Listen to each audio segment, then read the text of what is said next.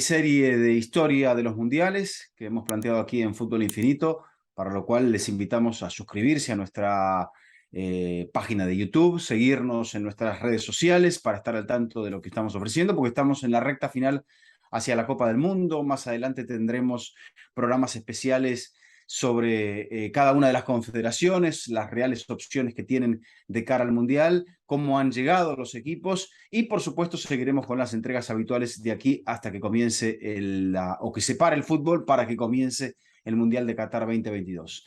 Primero nos tenemos que ir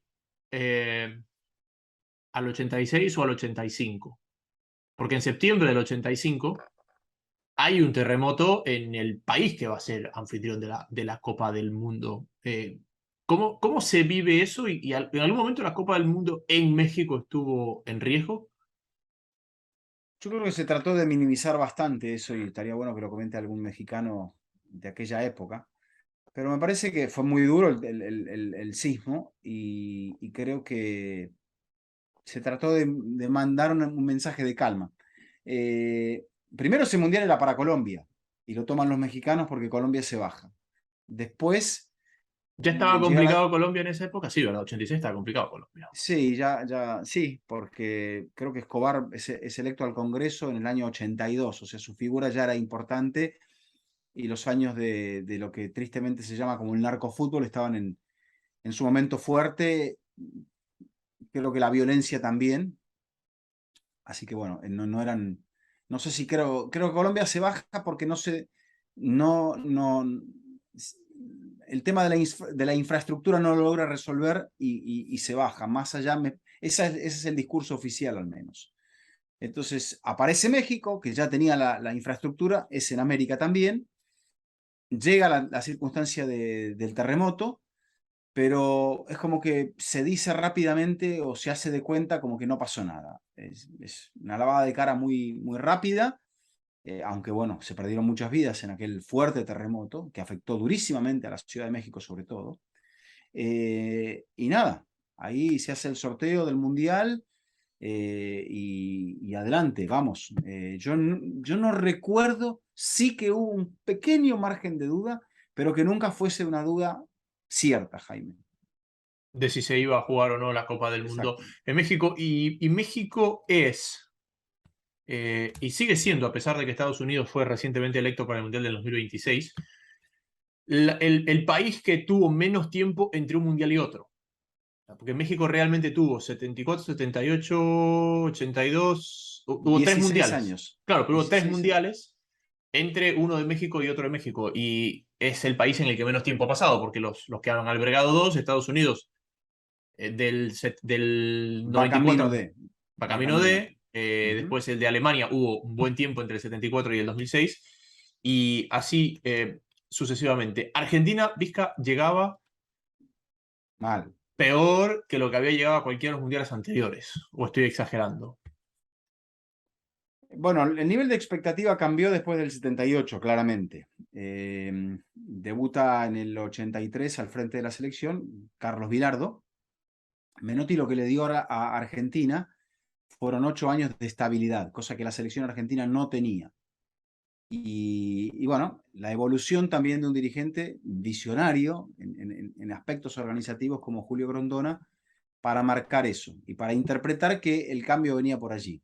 Grondona, muy identificado con Independiente, pero muy pragmático, como un gran político, toma a Bilardo cuando Bilardo le gana un campeonato Independiente, el del año 82.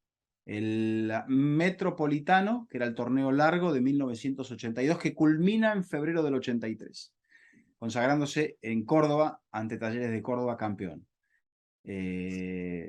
Campeonato que en medio lo pelea Boca que no estaba en un gran momento, River estaba muy mal, porque River pierde muchos jugadores de lo que le quedaba del plantel campeón del mundo, una vez que llega la gran crisis del 82 con la guerra de las Malvinas incluida, y renace el fútbol en Argentina con ese Estudiantes mucho más táctico, que rompe paradigmas. Y Bilardo llega a romper esos paradigmas. Se lo dictaba como un entrenador defensivo, pese a que tenía jugadores de muy buen pie, como Marcelo Troviani, que después jugó muchos años en el fútbol ecuatoriano, como José Daniel Ponce, el Bocha Ponce, y como el desaparecido Alejandro Sabela, seleccionador en 2014. Este era un mundial en el que llegaba Canadá como debutante, mezclado por una época de inestabilidad en CONCACAF, más que había un cupo extra porque México era anfitrión, donde debutaba Dinamarca, donde aparecía Irak en esta alternabilidad de los países asiáticos que ocupaban esos pocos cupos. ¿Con, ¿Con qué expectativa aparece Hugo Sánchez en este mundial? Ya era Hugo Sánchez o todavía iba camino a ser Hugo Sánchez? No, no, no, ya era Hugo Sánchez, con una expectativa. Me parece que el emblema de la selección mexicana, Hugo se lo consideraba allí dentro de las posibles potenciales figuras del Mundial. Hugo, Maradona, Platini, todavía se hablaba de Rummenigge, se hablaba de Francescoli. Había allí cosas que estaban por verse. De hecho, volvía a aparecer en los Mundiales Portugal y tenía allí un jugador muy habilidoso del Porto, llamado Paulo Futre, que apareció en una selección a la cual le faltaba un poco de firmeza, pero que tenía muy buena técnica, mucho talento. Si hay algo que dejó Portugal en ese paso por el Mundial, es ese fútbol tan particular de los portugueses. Me da la sensación, Vizca, de que por ahí este fue el primer mundial con tantos nombres propios, ¿o no? Sí, había muchos.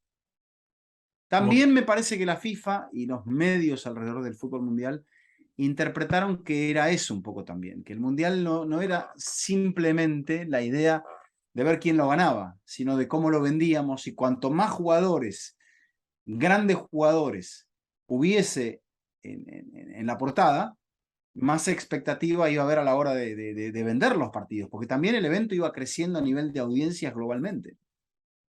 Por eso la decisión polémica, muy cuestionada por Maradona y los futbolistas polémicos a la cabeza, de jugar a las 12 del mediodía. esto ya es... No, esto es pre-Blatter. Esto es Avalanche todavía, sí. Pero Avalanche es el que se da cuenta un poco de dónde va, hacia dónde va el fútbol el potencial global que tiene y del crecimiento que tiene. Porque si no estoy equivocado, y esto más por haberlo leído claramente que por haberlo vivido, ya a pesar de que era el segundo mundial de 24, ya se empezaba a hablar de extenderlo a más equipos. Claro. Bueno, fíjate también eso, las sedes. En España se juega en 14 sedes, mientras que yo te dije, te las mencioné en Argentina, Buenos Aires, Rosario, Mar del Plata, Mendoza y Córdoba, 5. Aquí en México se juega en 11 sedes. Entonces, ya empieza un poco la idea de encontrar la vuelta a cómo hacer el mundial más redituable. Este era un momento también en el que España, digamos, no...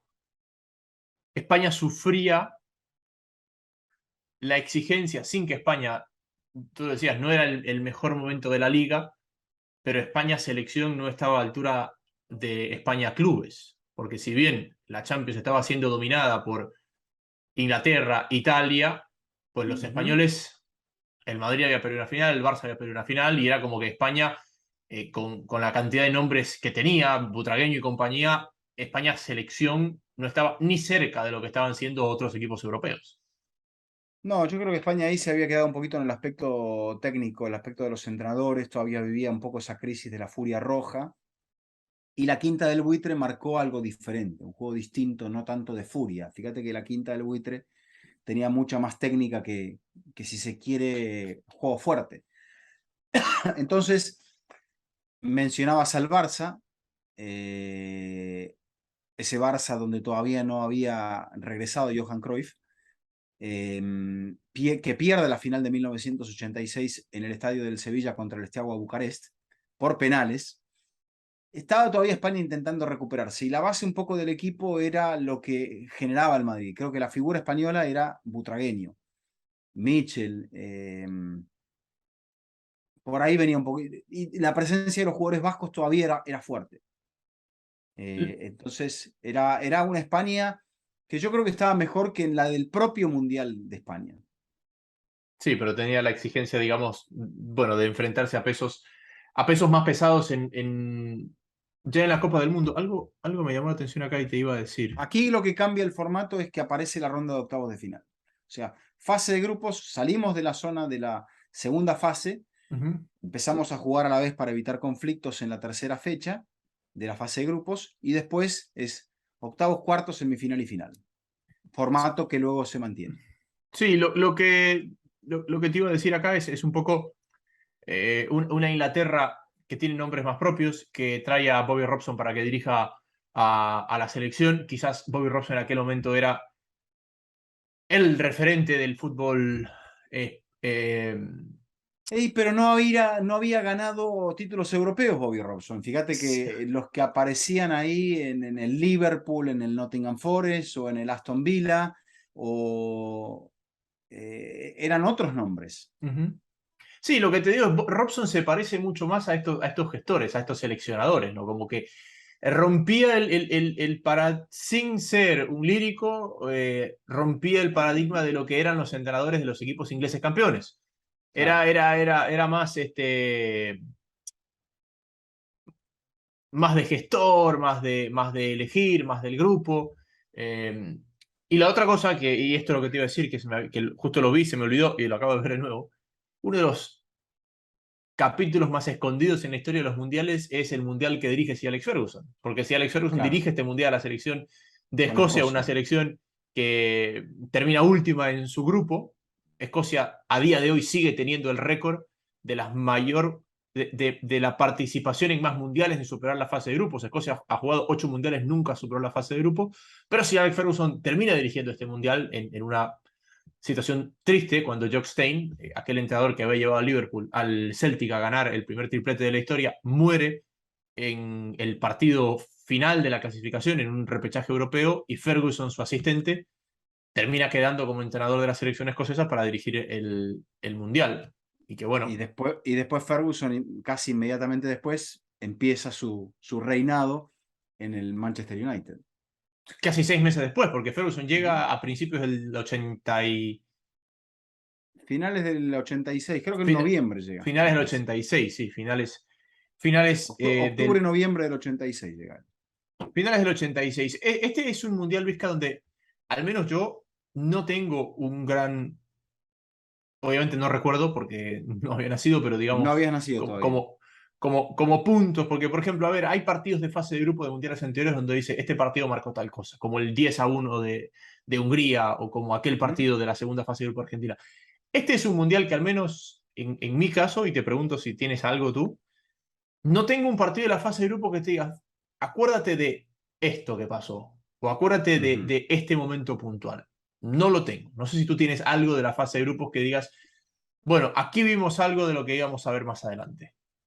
Mira, hay tres partidos de la fase de grupos. Primero, el empate entre Argentina e Italia, los últimos dos campeones del mundo en Puebla.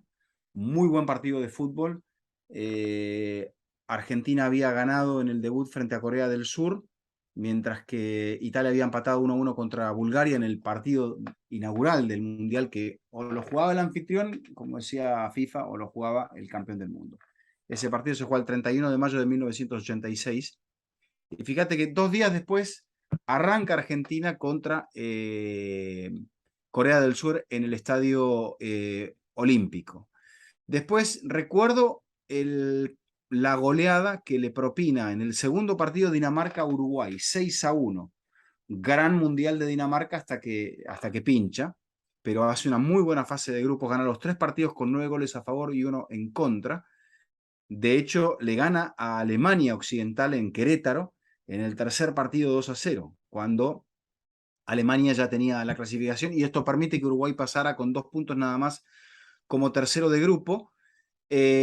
Y después, mmm, creo que más o menos eso es lo más potente de esa primera. Inglaterra no comienza bien, de hecho le gana a Portugal el primer partido a Inglaterra, pero Inglaterra acaba por recuperarse y de los que pasan como terceros de grupo pasa Bélgica, Polonia, Bulgaria, pese a que no le va nada bien en el grupo, y Uruguay.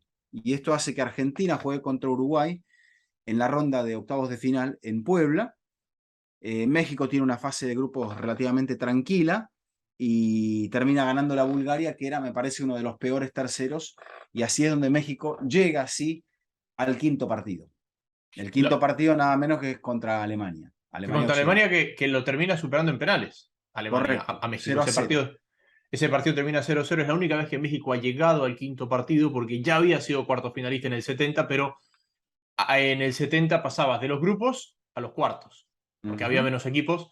Entonces, si bien llegó a cuartos, no jugó el quinto partido. Acá te pregunto, Vizca, porque creo que uno de los grandes protagonistas silenciosos de este mundial es Bélgica. Es tan silencioso que muchas veces, inclusive cuando la gente recuerda el camino de Argentina a la final, se olvida de que Bélgica fue el equipo al que derrotó en semifinales, porque fue tan impactante el camino de Argentina ante Inglaterra, por ejemplo, y la final ante los alemanes, que como que Bélgica, siendo el partido de las semifinales, queda ahí. Es más, si salimos a la calle y preguntamos, el 70% de las personas nos van a responder que la mano de Dios y el mejor gol de la historia de los mundiales fue en las semifinales ante Inglaterra, entre comillas, cuando realmente fue en los cuartos.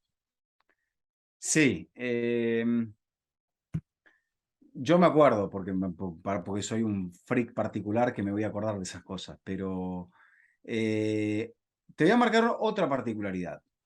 De los 4 cuartos de final, 3 se definen por penales, en aquel fin de semana glorioso.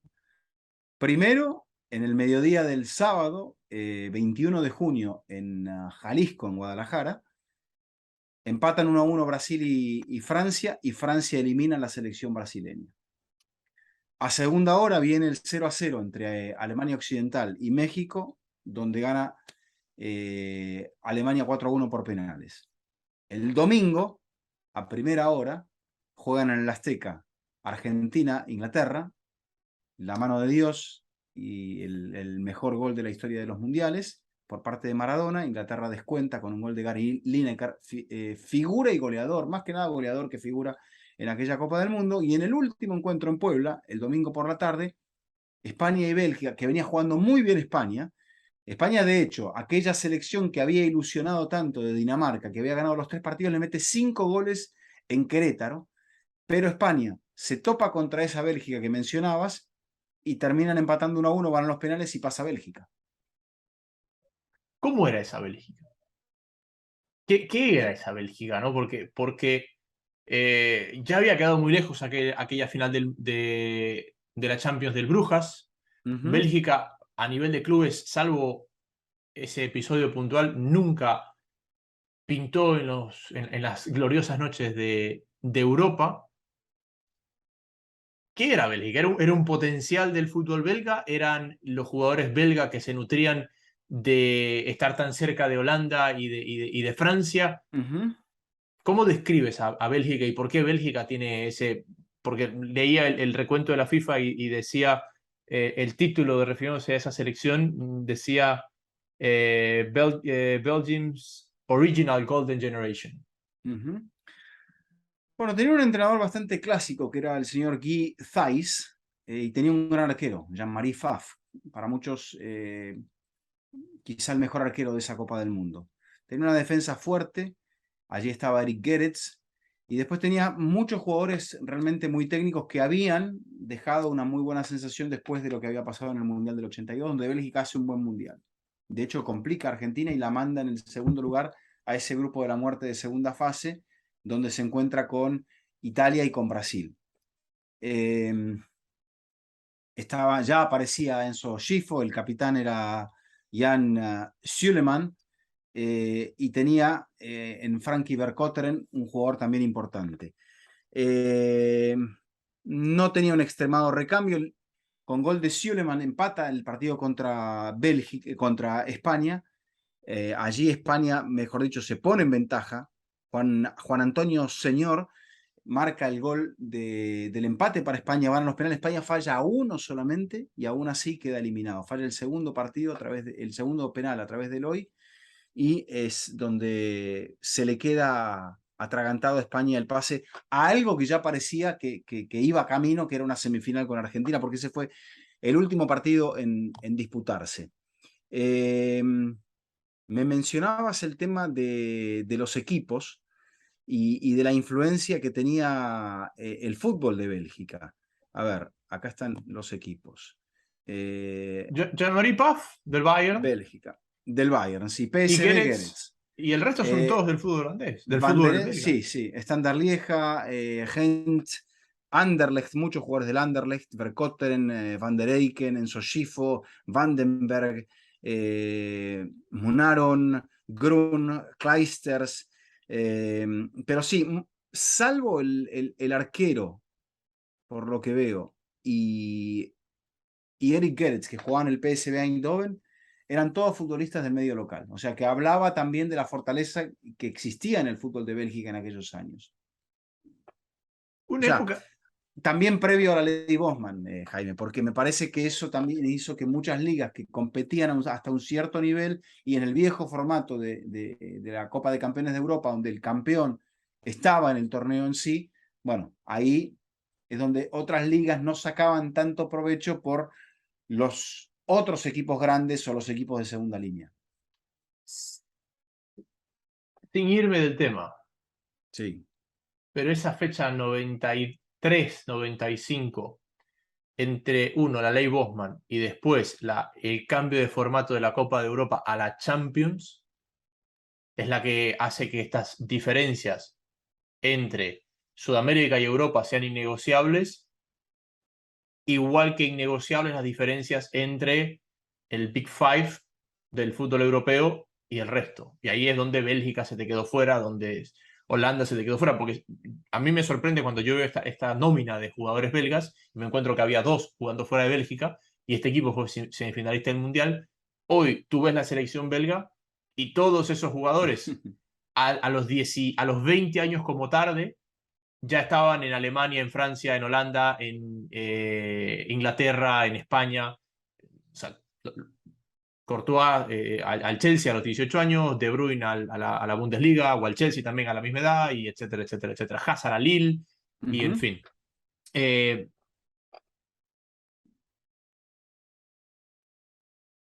Argentina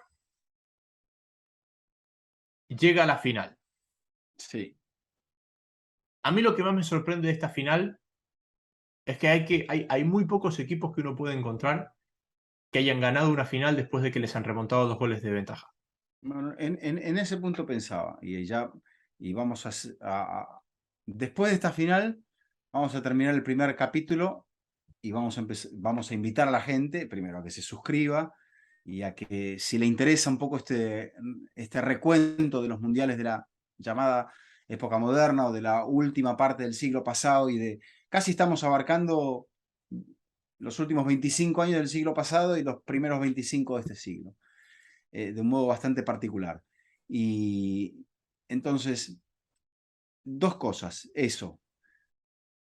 De las finales que le van a suceder, esta me parece que es la final más intensa en cuanto y más incierta, más allá de aquellas que se definen en la prórroga. Porque hay un empate desde una desventaja de 2 goles y después hay un gol muy sobre el final que consagra a Argentina. Entonces pienso en eso. La final la volví a ver, te aclaro, en el 2020. En medio de la pandemia tuve la fortuna de poder ver esos partidos y sorprende. Bueno, A ver, sorprende. te hago una pregunta antes de que sigas ahí, Sí, porque me acuerdo cuando la viste en el 2020 fue porque en Telemundo, que estaba haciendo unos especiales, tuviste que volver a transmitirla, obviamente en diferido, pero la preparaste como para transmitirla. sí. ¿Qué es lo que más cambió en tu percepción de lo que recordabas de la final a cuando ya la viste con los ojos del periodista que transmitió esa final nuevamente? La velocidad. La final fue muy lenta, muy tediosa. Incluso lo mismo observé en el partido entre Argentina y Inglaterra. Yo no sé si era el césped del Estadio Azteca que estaba muy alto, el horario del mediodía, porque ambos partidos se jugaron en ese mismo punto del mediodía. Y este es un mundial en el cual aparece mucho el factor de la preparación física. Bilardo creo que toma un poco de ventaja sobre el resto de los entrenadores, más allá de la adaptación que podía llegar a tener la selección mexicana, pero toma una ventaja sobre el trabajo que hizo en preparación física y en preparación médica para el efecto de la altura y para el efecto de jugar a las 12 del mediodía, para la transpiración, esas camisetas tan delgadas que tenía y que tenían incluso una trama con unos poros muy, muy evidentes. O sea, casi era una camiseta casi abierta, era, porque tenía una trama donde había bastante menos tela de lo que muchas otras camisetas tenían. Pero si lo que cuenta la historia es que aquella camiseta, ¿qué día juega Argentina de azul? Es Inglaterra, ¿verdad? Argentina juega azul, el problema es que juega de azul, sí, ahí está la otra anécdota. Juega de azul contra Uruguay y después juega de azul contra Inglaterra. Y se encuentran que no tienen suficientes camisetas para el partido contra Inglaterra, que tienen que salir a buscarlas y que se las piden a la marca que vestía Argentina, Lecoq Sportif, y que Lecoq creo que no tiene camisetas, entonces dentro de esa situación cuenta la leyenda que tienen que ir a buscar camisetas o que Lecoq les provee las camisetas, pero que no tenían los números ni tenían el escudo. O sea, ahí se da toda una situación en la cual Lo que, a hay ver, mucha leyenda. Creo que lo único que sucede es que la camiseta no era del mismo juego, del mismo tipo, y que los números eran estampados en el centro comercial de Perisur y eran números de fútbol americano. pero para el partido de Inglaterra. Sí, señor. Ok, lo que cuenta la leyenda también de aquella camiseta es que después del partido con Uruguay, Bilardo llega a la conclusión de que esa camiseta era muy pesada y que se volvía más pesada aún cuando sudaban. Es decir, la La celeste y azul. blanco tenía los poros como tú marcabas, que era casi que de una malla, y la azul no. Y que Bilardo dice, con eso no podemos volver a jugar. Bueno, ahí te pongo un alto. El partido en Puebla termina bajo la lluvia, o sea que ahí entra un frente de tormenta, frente frío, donde baja la temperatura abruptamente. Puebla es Uruguay, Eh, ¿verdad? estoy hablando de Uruguay, Ok. exacto. Entonces, Argentina aparte va a jugar su primer partido en el Azteca recién en el quinto partido. Y ahí juega quinto, sexto y séptimo en el Azteca. Puede ser que sea lo que vos dijiste, que esa camiseta azul era más pesada y que quizá esa otra camiseta que consiguen era más liviana. Eso no, o El, sea, digamos, no, el no es hecho es una que la teoría mía. camiseta lucía distinto. Hay Es que algunos es que un dicen que azul más claro. es un azul, sí, más Sí, eléctrico. sí, sí. Y Eso no lo cuento. A ver, eso de ahí lo cuentan en el documental de Bilardo, el que salió hace poco en HBO. si lo cuenta el documental de Bilardo, que yo no lo he visto todo, Sí. es así. Ahí lo cuentan. Ellos, lo que dicen es: esta camiseta azul es demasiado pesada, no podemos volver a jugar con esta camiseta en este horario, Ujú, porque nos va a restar. Y ujú. Bilardo manda a buscar camisetas y Lecoq le dice: esas son las que tenemos. Entonces dice: bueno, entonces vamos a ir a buscar otras. Y fueron a buscar otras y ahí es lo que tú cuentas. Le ponen en el centro comercial los números de fútbol americano y todo. El Y el escudo de la escudo. AFA, exactamente, que terminan colocando un escudo viejo, un escudo anterior al que Ujú. había ya, yo no recuerdo si Mira, era, este era aquí el tengo segundo acá, te voy a enseñar mundial. una cosa. Si ustedes ven aquí, ¿dónde está la camiseta? Sí, Esta camiseta, que es la titular, el escudo de Argentina tiene como un marco alrededor. El escudo de la alterna no lo tenía, no lo tenía. porque era el escudo viejo. Lo cual indica que es una camiseta improvisada. Correcto. Bueno, los números ya lo eran, tenía un look totalmente distinto y bueno, si está explicado en el documental, ahí queda la explicación. Dicho esto, creo que Bilardo le da una vuelta de tuerca al aspecto táctico con la línea de tres. La línea de tres, los carrileros, cosa que Argentina no implementa en el primer partido. En el primer partido Argentina juega con línea de cuatro y creo que juega los primeros partidos con línea de cuatro. Porque de hecho va medio encontrando el equipo Bilardo a medida que va avanzando el torneo. A ver, me voy a posicionar sobre las formaciones argentinas. Porque Bilardo prueba la línea de 4 Arranca el primer partido Argentina con Brown, que sustituye, que se entera el día del partido que va a jugar en el debut contra Corea del Sur, porque no sabía quién iba a reemplazar a Pasarela. Son Brown y Ruggeri como centrales, y van Clausen y Garré como laterales. Pasculi arranca como titular, junto con Valdano, y en el medio estaban Batista, Justi, Maradona, como cuarto medio, casi como enganche, y Burruchaga. Adelante Pasculi y Valdano. Segundo partido, va Cuchufo, porque no juega Clausen de lateral derecho. Y Cuchufo ya daba la idea de un tercer central junto con Brown y Ruggeri, pero aparece Garré sobre la izquierda. No aparece todavía el Vasco Larticoechea, sale del equipo Pasculi y juega el Vichy Borghi, y el resto es lo mismo. En el tercer partido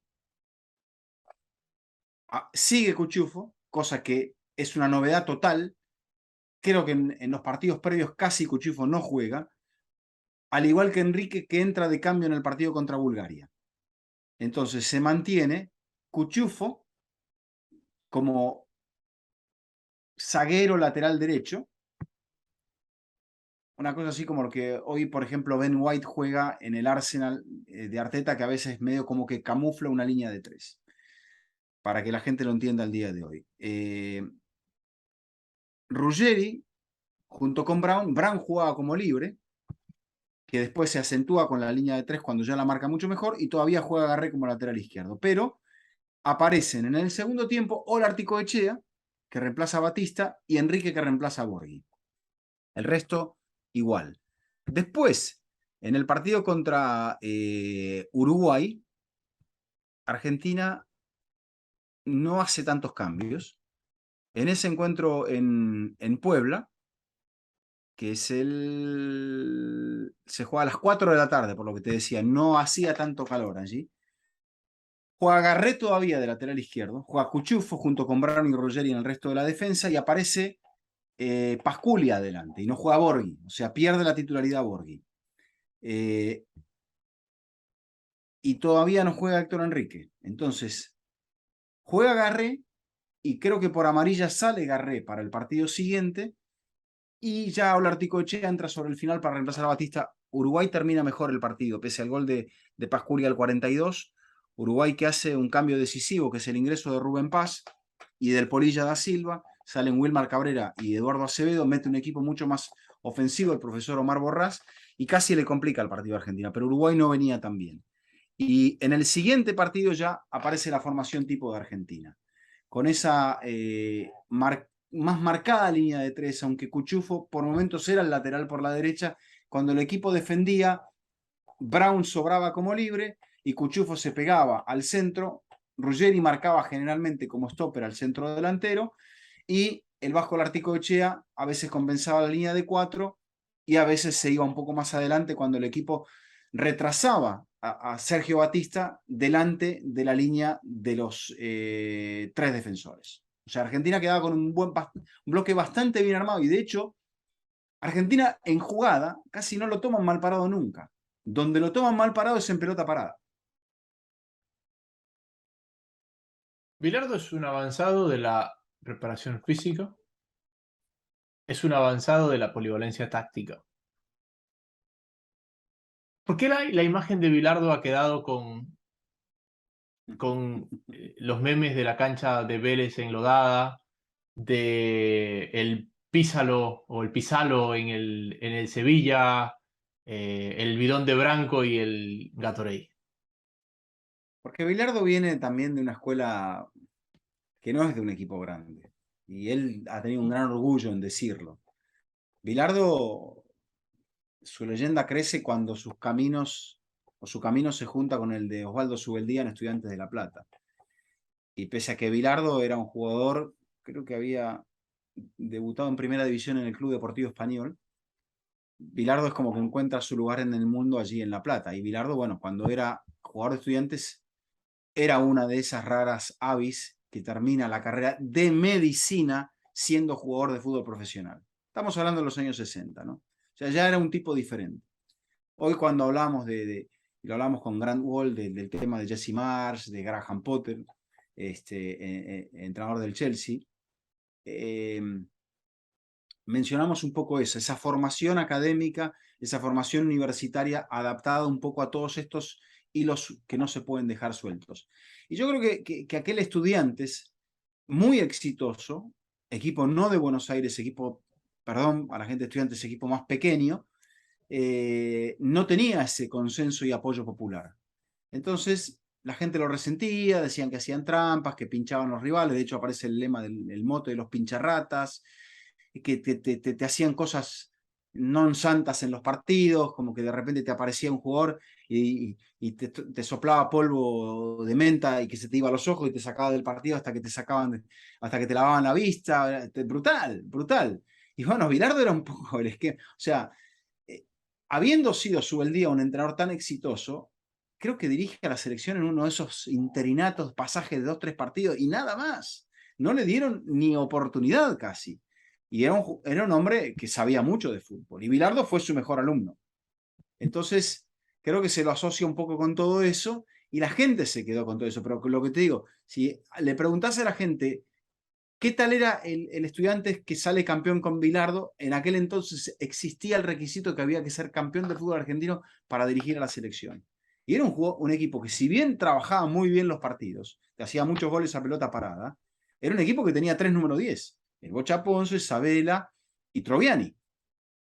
Es un poco. Es un poco el mito este de que el que ha sido exitoso con algo poco conocido es ratonero. Y es más el mito. Porque fíjate, vámonos a tiempo presente, ¿ok? A Simeone, en River, se lo acusaba de suicida, porque atacaba con 3, Sí. ¿verdad? Y en Estudiantes, se lo acusaba de ratonero. No, pero le gana el campeonato a Independiente en todas las de la ley. Y un gran equipo de Independiente que tenía ¿Quién? Burruchaga, Bilardo. Claro, no, yo te digo, o sea, a tiempo presente, o sea, fíjate cómo cambia Sí. la percepción. Cuando Simeone dirigía a River, era suicida porque tenía 3 Y bueno, atacantes. pero Y cuando yo te dirigía digo, Estudiantes era ratonero porque no tenía, digamos, porque los nombres no brillaban tanto. pero es que una mentira repetida muchas veces se convierte en verdad, Jaime. Y en eso la prensa a veces también, por ejemplo, ¿no? Por ejemplo, la prensa argentina tituló a River de gallina que estaba en ventaja contra Peñarol, aquel Peñarol que tenía Alberto Spencer. ¿Sabés el equipo que tenía Peñarol? Tenía un equipazo Peñarol. O sea, y Peñarol tenía mucha personalidad, más allá de que se dijera que River, bueno, que Amadeo Carrillo salió y paró una pelota con el pecho. Amadeo Carrillo atajaba siempre así, esa era la realidad. Y River era un equipo que tuvo una sequía de 18 años sin ganar el torneo local y que por entonces esa sequía me parece que tenía 8 años. Entonces, claro, era un equipo que en algunos momentos por ahí dudó, pero tenía un gran equipo. Y se encontró con otro gran equipo que era Peñarol. Pero pasó a la historia porque un cronista dijo que River había gallinado como gallina y ahí quedó el mote. O sea, para que entendamos un poco todo esto. Y a Bilardo un poco también lo castigó mucho la prensa. De hecho, supuestamente hay un pedido de la presidencia de la Nación antes del Mundial para que Bilardo no dirigiera en México. Vea el documental. Vea Bueno, el a mí no me documental. la, escúcheme, no me la cuente porque yo me senté así como estoy. Bueno, ahora virtualmente estoy sentado con usted, con Bilardo, en un documental para ESPN, con Bilardo, con Grondona y con muchos de esos jugadores. O sea, la historia la conozco al derecho y al revés. Y Grondona me contó ahí que nunca lo había escuchado, la historia de ese día frenético donde de presidencia de la nación lo llamaron para quitar a Bilardo. Y me la contó así, que no la voy a contar ahora porque no vale la pena. Argentina campeón del mundo en el 86. Otra cosa, toda esta situación táctica era para que Maradona brillase del modo que lo hizo. O sea, había un esquema, había un equipo, había una formación, hubo jugadores que tuvieron un mundial inspiradísimo, porque yo te mencioné solamente 3 que aparecieron en el equipo luego, que fueron 4, contando al Tata Brown. Brown no era titular, jugó un mundial extraordinario, termina con el hombro dislocado, con el brazo metido dentro de la camiseta en el partido contra Alemania y aguantando el partido contra los alemanes, que el propio Tata Brown dice, hoy en una pelota parada, que yo era el que mejor marcaba pelota parada, me choca uno y me saca el hombro. Una pelota que fue al segundo palo. De eso no se habla tampoco. Se habla del bidón, pero de eso no se habla. Enrique, Cuchiufo, Olárticoechea. A mí Bilardo me contó la historia y me la contó el Vasco Olárticoechea de cómo en un peaje Bilardo lo va queda con él. Olárticoechea juega en Boca y le dice: Vasco, quiero hablar con vos. No, Bilardo, no quiero ir a la selección, le dice, porque voy a jugar de lateral derecho. No, no vas a jugar de lateral derecho. Le dice: vas a jugar de otra cosa. Yo quiero jugar de volante, le dice Carlos. Y le dice: yo te voy a explicar de qué vas a jugar. ¿Sabe dónde le explica eso? En el piso, después de cruzar el peaje, le dice: párate ahí, le dice. Porque así era Bilardo: párate ahí. Y sacó un ladrillo y le dibujó en el ladrillo cómo iba a jugarle. O sea, eso era Bilardo le dice: te espero en el peaje cuando te vas para el campo que tenía en Saladillo, que es en la provincia de Buenos Aires. Ese era Bilardo. Y Bilardo hizo todo eso para que Maradona brillase. Y a Valdano le pidió que por momentos fuese el lateral derecho, casi el carrilero derecho, y Valdano lo hizo. Valdano, todo el mundo hizo cosas Es que, Luis, extraordinarias. ahora que No fue hablamos, solamente Maradona. Nos quedamos con Maradona porque hizo goles sí. notables. A ver, pero lo que pasa es que hay dos cosas. Y yo sé que estamos por terminar y seguramente esto nos va a extender, pero bueno, ya está. Hay dos cosas. Primero, hoy se habla tanto de rotaciones, de polivalencia táctica. Eso fue mentira en el 86, porque ni Maradona jugaba en un puesto fijo. No. Ni Maradona jugaba en un puesto fijo. Diego era el que menos bajaba, por ejemplo. Y te lo voy a decir así al estilo Messi. Era el que más lentamente bajaba. Ujú. Y lo Porque bajaban. segundo, Valdano termina jugando de lateral y Burruchaga era también el que más bajaba. Y ujú. por eso mismo es que Diego lo encuentra en la jugada del 3-2 contra Alemania.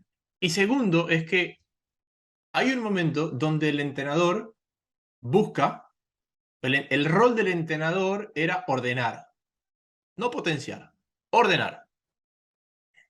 Y me parece que el momento que llega Bilardo, y por ahí hay alguien que lo hizo antes, pero Bilardo tuvo la fortuna o el acierto de lograr hacerlo en una gran escena mundial como una Copa del Mundo. El siguiente rol del entrenador es potenciar al talentoso. Y a mí no me sorprende que este es el primer mundial en el que decíamos, este es el primer mundial de los nombres propios. Porque sí, es verdad, estuvo Pelé y todo, pero que hayan llegado tantos nombres propios como llegaron a este mundial, no había pasado antes. Eh, y el rol del entrenador era eso. Vamos a acomodar y vamos a potenciar al talentoso. Y después viene una siguiente evolución donde ya no se potencia al talentoso, sino que se vuelve todo más colectivo y lo vamos a hablar a medida que hablemos de los otros mundiales. Pero me parece que este es el reflejo. Bilardo, uno, la polivalencia táctica, es decir, no es solo orden lo que yo estoy dando, estoy quitando referencias, estoy generando sorpresa. Y dos, al mismo tiempo, estoy potenciando a mi más talentoso, porque si yo, primero, anulo al rival desde las referencias y segundo, potencio a mi mejor hombre, pues lo tengo que hacer muy mal para no ganar. Claro. Bueno, aquí nosotros estamos recordando los mundiales y le pedimos a la gente que a través de nuestras redes sociales, de nuestro canal de YouTube, nos mande su recuerdo de los mundiales y en algún momento hablaremos un poquito de eso, su jugador favorito, su equipo favorito. Su récord favorito, porque yo tengo récord favoritos. ¿Cuál es el primer mundial que recuerdan? Así como nosotros estamos recordando una parte donde todavía Jaime no había nacido. Jaime tiene un montón de preguntas en esta parte. Y hay algo más que yo recuerdo, es que para la escena, yo sé que Maradona lo roba todo y fueron Maradona y 10 más. Lo de Maradona es extraordinario, no cabe ninguna duda, fue ese lugar y ese momento. Pero te voy a recordar algo, Maradona es expulsado en el último partido, la derrota 3-1 contra Brasil en Sarriá del Mundial 82.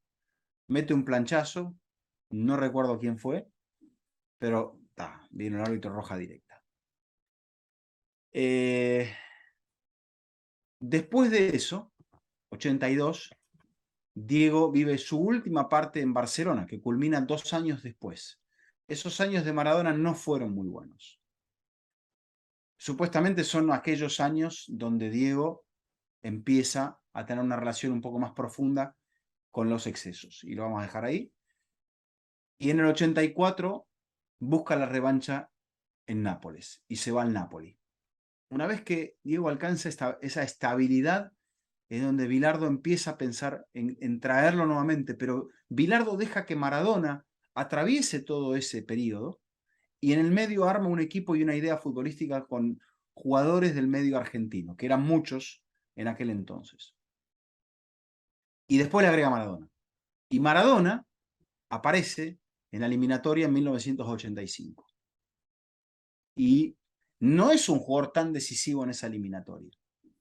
Es muy importante, pero lo decisivo fue el bloque. De hecho, la gente recordará la jugada del 2-2 contra Perú.